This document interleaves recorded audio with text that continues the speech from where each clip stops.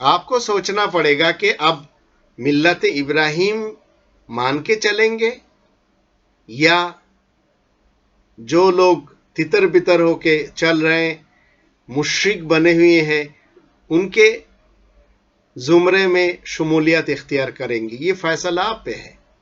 اس لیے کہ یہ قرآن جو ہے، اگر ہم اس قرآن کے 18 نمبر سورہ الکہف اس کے 29 نمبر آیت کو دیکھیں گے، یہاں اللہ تعالیٰ نے فرمایا وَقُلِ الْحَقُّ مِن رَبِّكُمْ فَمَنْ شَاءَ فَلْيُؤْمِنْ وَمَنْ شَاءَ فَلْيَكْفُرْ إِنَّا أَعْتَدْنَا لِلظَّالِمِينَ نَارًا أَحَاطَ بِهِمْ سُرَادِقُهَا وَإِن يَسْتَغِيثُوا يُغَاثُوا بِمَاءٍ كَالْمُهْلِ يَشْوِي الْوُجُوهَ بِئْسَ الشَّرَابُ وَسَاءَتْ مُرْتَفَقًا.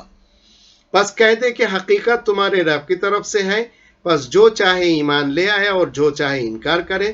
بے شک ہم نے ظالموں کے لیے آگ تیار کر رکھی ہے جس کی قناتیں انہیں گھیر لیں گی، اور اگر وہ پانی طلب کریں گے تو ان کو پگھلے ہوئے تانبے جیسا پانی پلایا جائے گا جو ان کے منہ کو جلا دے گا، اور وہ کیا ہی بری پینے کی چیز ہوگی، اور وہ کیا ہی برا ٹھکانہ ہوگا. تو یہاں پہ اللہ تعالیٰ نے فرمایا اگر آپ امت واحدہ میں رہ کر دہریہ بن کے زندگی گزارنا چاہتے ہو تو وہ کر سکتے ہو، اور امتن قانتا للہ حنیفہ ملت ابراہیم کے متبعین ہو کے اگر زندگی گزارنا چاہتے ہو، وہ بھی آپ کا اپنا مرضی ہے. تو آپ کی مرضی پہ اللہ نے چھوڑ دیا، اس لیے کہ یہ آزادی جو ہے یہ اللہ کی طرف سے ہے، اور کنگڈم آف اللہ میں ہر ایک شخص کو اللہ نے آزادی دیا ہے مسلم ہونے کے لیے اور دہریہ ہونے کے لیے. جو شخص مسلم ہونا چاہے وہ بھی آزاد ہے، جو شخص نان مسلم رہنا چاہے وہ بھی آزادی ہے. اور چھوٹے چھوٹے ملکوں کے جو قوانین ہیں وہ ہم دیکھتے ہیں، ذرا سی اگر کسی نے رسول کو گالی دے دی تو ایک کام کرو، اس کو پھانسی دے دو. بنگلہ دیش کے ہر انسان ایک دوسرے کو پھانسی چاہتا ہے، پاکستان کے ہر انسان ایک دوسرے کو پھانسی چاہتا ہے. کس طرح سے؟ دیوبندی لوگ جو ہے یہ نہیں چاہتا کہ بریلوی کوئی شخص زندہ رہے، صرف پھانسی نہیں مار دینا چاہتا ہے. بریلوی لوگ یہ نہیں چاہتا کہ کوئی دیوبندی لوگ دھرتی میں رہے.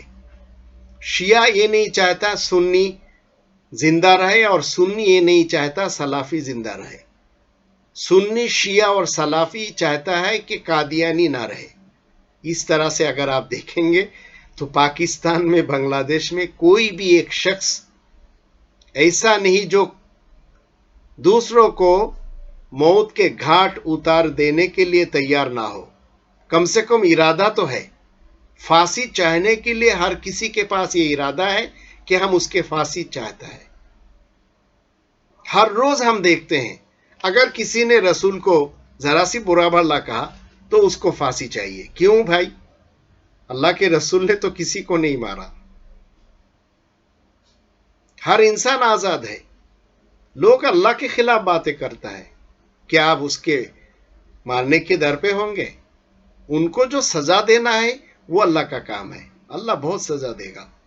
اگر کوئی شخص رسول کو پاگل کہتا ہے تو کہنے دو. آپ کے کہنے سے کیا رسول پاگل ہو جائے گا؟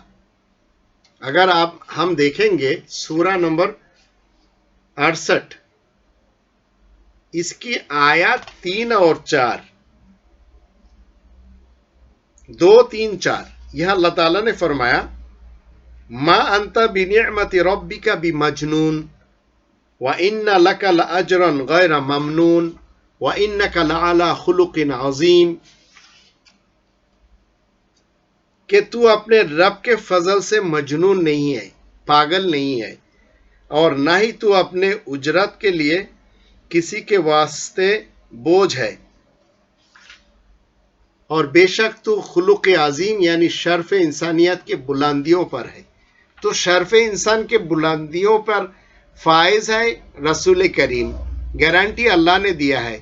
اگر کوئی شخص ان کو ذرا سی گالی دے دیتا ہے تو آپ اس کو مارنے پہ لگ جاتے ہو. کیوں؟ اسلام نے تو یہ تعلیم ہمیں نہیں سکھایا. آپ امتن قانتا للہ حنیفہ بنے، اور امت واحدہ میں رہ کر اگر آپ داہریہ رہنا چاہے، ایتھسٹ رہنا چاہے، ایگنورسٹ رہنا چاہے، ناستک رہنا چاہے تو آپ رہے، آزادی ہے آپ کی. لیکن اس دنیا میں آپ اور ہم کسی کو خون نہیں کر سکتے.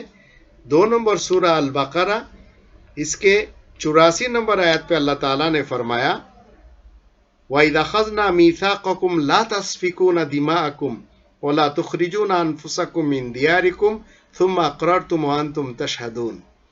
اور جب ہم نے تم لوگوں سے میثاق لیا کہ آپس میں کچھ تو خون نہ کرنا اور اپنوں کو ان کے گھروں سے نہ نکالنا، پھر تم نے اقرار کر لیا اور تم لوگ گواہ بھی ہو. تو اللہ نے عہد کیا لیا ہے؟ آپ خون نہیں کر سکتے، کسی کو نہیں مار سکتے. لیکن بر صغیر کے ہر مسلمان دوسرے مسلمان کو مارنے کے لیے، پھانسی دینے کے لیے، گولی مارنے کے لیے، قتل کرنے کے لیے در پہ ہیں. سپاہ صحابہ سپاہ محمد کو مارنا چاہ رہا ہے، سپاہ محمد سپاہ صحابہ کو مارنا چاہ رہا ہے. کیوں؟ ایک صحابہ کا لشکر، ایک محمد کا لشکر، ایک سنی ہے تو ایک شیعہ ہے. سپاہ جنگوی بھی ہے اور پتہ نہیں کیا کیا ہے، پاکستان میں، بنگلہ دیش میں بھی ہے. یہ ایک دوسرے کو صرف مارنے کی تلے ہوئی ہیں. اسلام ہمیں جینا سکھاتا ہے، مارنا نہیں سکھاتا.